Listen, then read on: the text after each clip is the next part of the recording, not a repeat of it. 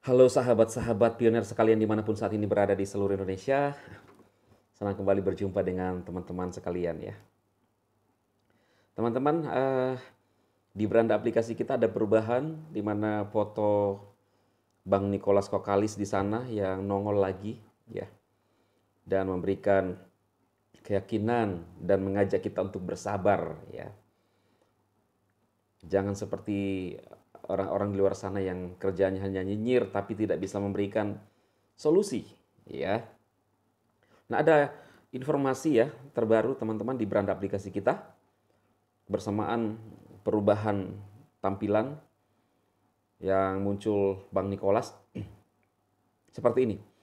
Mendistribusikan cryptocurrency yang ditambang seluler rahasianya telah menyeimbangkan intrik teknologi tinggi dengan orang-orang.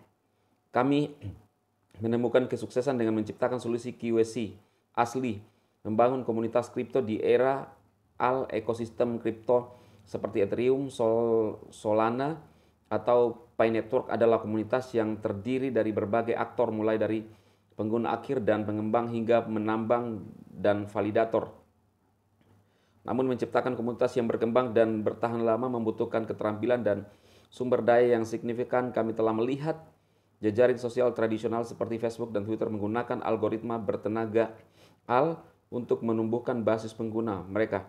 Tetapi itu bisa menjadi masalah. Selama bertahun-tahun Facebook mengandalkan algoritma bertenaga untuk menyortir dan merekomendasikan konten kepada pengguna berdasarkan preferensi dan perilaku online mereka. Meskipun ini bekerja dengan baik, pada awalnya mengandalkan algoritma saja menghasilkan banyak konsekuensi yang tidak terduga dengan pandangan miring terhadap keterlibatan mentah sebagai kebaikan tertinggi. Algoritma ini dapat mengambil tindakan antisosial mulai dari membuat ruang gemah hingga memperbesar bias manusia melalui diskriminasi.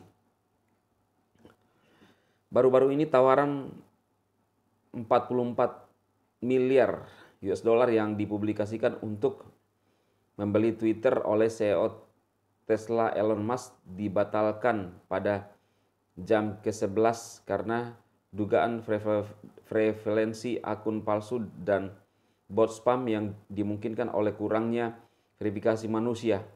Banyaknya jumlah spam membawa pertanyaan tentang seluruh nilai Twitter.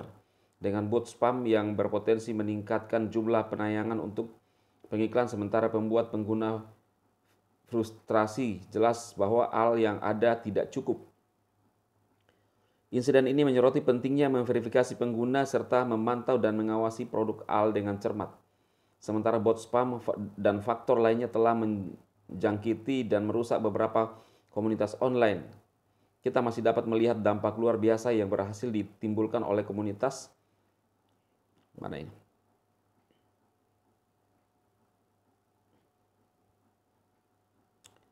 Karena panjang ya teman-teman jadi hilang. Mana ya? Komunitas online. Kita masih dapat melihat dampak luar biasa yang ditimbulkan oleh komunitas manusia dan cacat.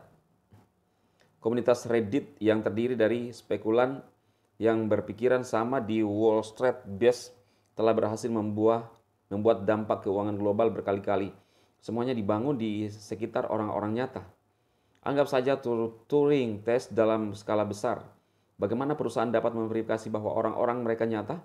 Mematuhi regulasi yang lebih ketat, memverifikasi identitas pelanggan seorang adalah proposisi yang kompleks, membutuhkan skalabilitas dan keamanan seputar data pribadi.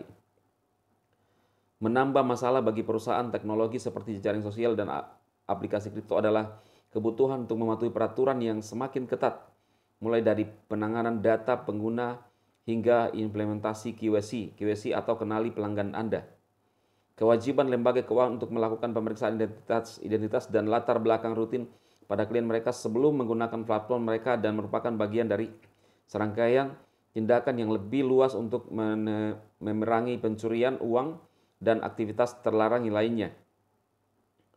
Dulunya hanya berkaitan dengan sektor perbankan, QC kini semakin dibutuhkan perusahaan di sektor cryptocurrency mulai dari bursa dan broker hingga penyedia dompet dan layanan lainnya.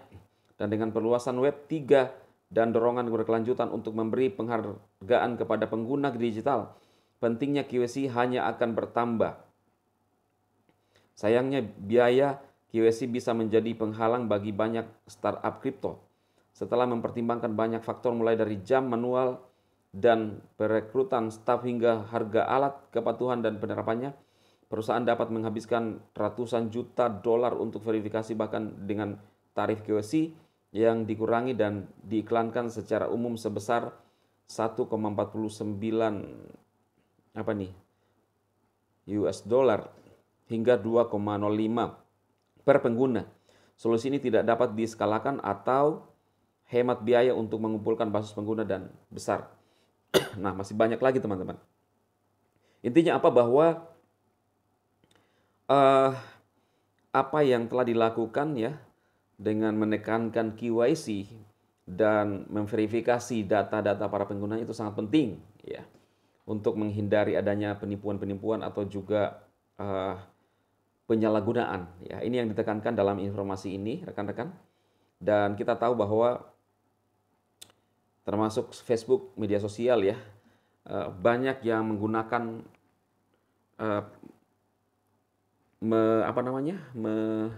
menyalahgunakan saudara akun-akun ya. Itu sebabnya menjadi pembelajaran bagi Pi Network sendiri untuk benar-benar membuat filter dan menemukan orang-orang yang asli dalam mining di Pi Network. Dan ini satu keyakinan bagi kita bahwa memang benar-benar Pi Network serius membangun ya, bagaimana membangun ekosistem ini dan bisa berdampak dan berkelanjutan long life ya yang direncanakan. Ini semakin baik ke depan rekan-rekan. Tetap setia dan tetap tekun, jangan pernah jangan pernah kecewa ya. Jaga langkah kita, jaga hati kita, tetap fokus ya. Tidak usah peduli dengan orang lain, tanggapan orang lain, karena toh yang menjalani hidup kita adalah kita sendiri ya. Tidak ada sedikit pun kadang-kadang manusia itu tidak mau peduli dan tidak mau tahu rekan-rekan. Jadi karena itu kitalah yang terus mengupgrade diri kita ya. Hari ini saya mencek beberapa saudara saya di media sosial ya, yang dulu bersama-sama di VTube. Saya melihat ya saudara juga bisa lihat sendiri ya. Saya tidak sedang memamerkan sesuatu kepada saudara-saudara sekalian, tetapi kita melihat dari apa yang terjadi ya. Dan saya adalah orang yang terus-menerus konsisten memberikan semangat kepada rekan-rekan karena tujuan saya, passion saya adalah memang untuk itu. Ya, bagaimana membangun orang lain. Saya senang membangun orang lain. Namanya perjuangan, namanya proses. Karena saya merasakan benar-benar namanya proses. Ketika kita nggak punya harapan dalam hidup, ketika kita tidak punya tujuan, sudah. Ya, selesai hidup kita. Tetapi selama kita masih beraktivitas, masih bernafas ya teman-teman, jantung kita masih berdetak, ayo tetap semangat dan tebarkan kebaikan bagi banyak orang yang bisa kita lakukan. Salam sukses.